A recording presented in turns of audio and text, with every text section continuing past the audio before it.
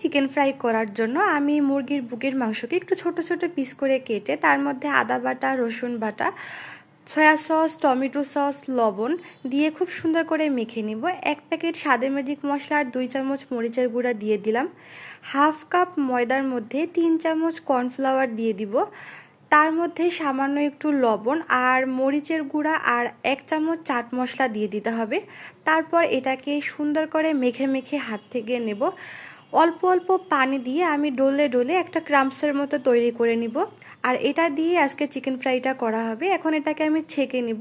ছেঁকে রাখা ময়দার মধ্যে অল্প একটু পানি, মরিচের গুঁড়া, অল্প একটু চাট মশলা দিয়ে আমি একটা ব্যাটার তৈরি করে নিব। তারপর ময়দার এই ব্যাটারের ভিতরে মাংসগুলোকে ডিপ করে দেন আমি এগুলোকে খুব সুন্দর করে কোট করে নিব। আর এইভাবে চিকেন ফ্রাইগুলো করলে বেশ অনেকক্ষণ সময় পর্যন্ত চিকেনগুলো খুব ক্রিস্পি থাকে। আর এটা একটু সময় নিয়ে ভাজতে হবে, না হয় ভিতর থেকে কিন্তু কাঁচা থেকে যাবে। আপনারা অবশ্যই একবার হলেও এরকম ট্রাই করে দেখবেন, এটা খেতে কিন্তু অসম্ভব মজা হয়েছে।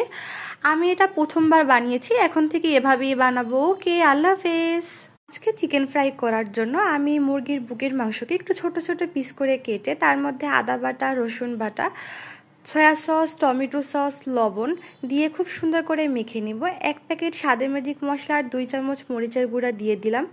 হাফ কাপ ময়দার মধ্যে 3 চামচ কর্নফ্লাওয়ার দিয়ে দিব। তার মধ্যে সামান্য একটু লবণ আর মরিচের গুঁড়া আর 1 চামচ চাট মশলা দিয়ে দিতে হবে। তারপর এটাকে সুন্দর করে মেখে মেখে হাত থেকে নেব। অল্প অল্প পানি দিয়ে আমি ডলে ডলে একটা ক্রাম্পসের মতো তৈরি করে নিব। আর এটা দিয়ে আজকে চিকেন ফ্রাইটা করা হবে। এখন এটাকে আমি ছেঁকে নিব। ছেঁকে রাখা ময়দার মধ্যে অল্প একটু পানি, মরিচের গুঁড়া, অল্প একটু চাট মশলা দিয়ে আমি একটা ব্যাটার তৈরি করে নিব।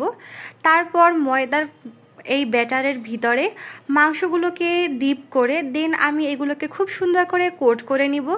আর এইভাবে চিকেন ফ্রাইগুলো করলে বেশ অনেকক্ষণ সময় পর্যন্ত চিকেনগুলো খুব ক্রিস্পি থাকে। আর এটা একটু সময় নিয়ে ভাজতে হবে, না হয় ভিতর থেকে কিন্তু কাঁচা থেকে যাবে।